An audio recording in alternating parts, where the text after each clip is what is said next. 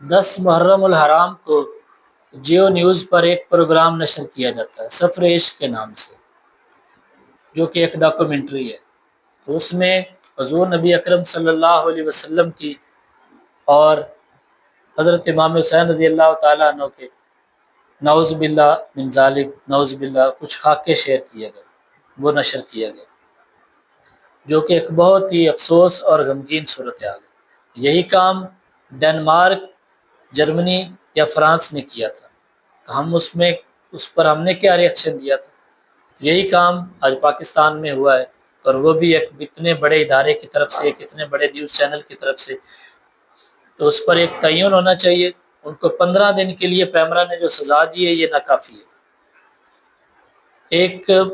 اتنی بڑی نااہلی اور اس پر 15 دن کی سزا، مسلمان جو ہے وہ گناہ گار تو ہو سکتا ہے لیکن آقا کریم صلی اللہ علیہ وسلم کا غدار نہیں ہو سکتا۔ تو بطور ادارہ جیو نیوز پر اس پر تحقیقات کرنی چاہیے، اس میں کون سے لوگ ملوث ہیں، کیونکہ جب بھی کوئی پروگرام یا کوئی چیز ادارے میں نشر کی جاتی ہے تو کتنے پروڈیوسرز ہیں، کتنے آفیسرز ہیں جو اس کو چیک کرتے ہیں، اس کے بعد پھر اس کو اپنے چینل پر نشر کرتے ہیں۔ اگر تو یہ کسی ایک شخص کی غلطی ہے تو اس کا تعین ہونا چاہیے اور اس کو کیفر کردار تک پہنچائے، اس کو سزا دے۔ اگر اتنے آفیسرز اور اتنے پروڈیوسرز کی نظر سے وہ بات گزر کے آئی ہے تو انہوں نے جان بوجھ کے اس کو رد کیا، تو ان کو بھی سزا ملنی چاہیے، کیونکہ پھر انہوں نے جان بوجھ کے اتنی بڑی کوتاہی کیوں کی ہے، اتنی بڑی غلطی کیوں کی ہے۔ یہ کوئی عام سی بات نہیں ہے کہ کل کو کوئی بھی اٹھ کے کسی اور چینل پہ یہ کرے گا، تو 15 دن کی سزا یا 15 دن کے لیے یہ کافی نہیں ہے۔ ایسے چینلز کو اس کو مکمل بند ہونا چاہیے، یا کم از کم اس کو اتنی سزا، اس پر 295 جو قانون ہے ہمارا وہ لگنا چاہیے، تاکہ آئندہ ایسی غلطی کوئی نہ کرے۔ جیو نیوز جو ہے وہ پہلے بھی بہت ساری چیزوں میں ایسی ملوث رہا ہے، تو اس لیے ہماری حکومت وقت سے اور پیمرا سے یہ درخواست ہے کہ اس پر بر وقت کارروائی کی جائے، کیونکہ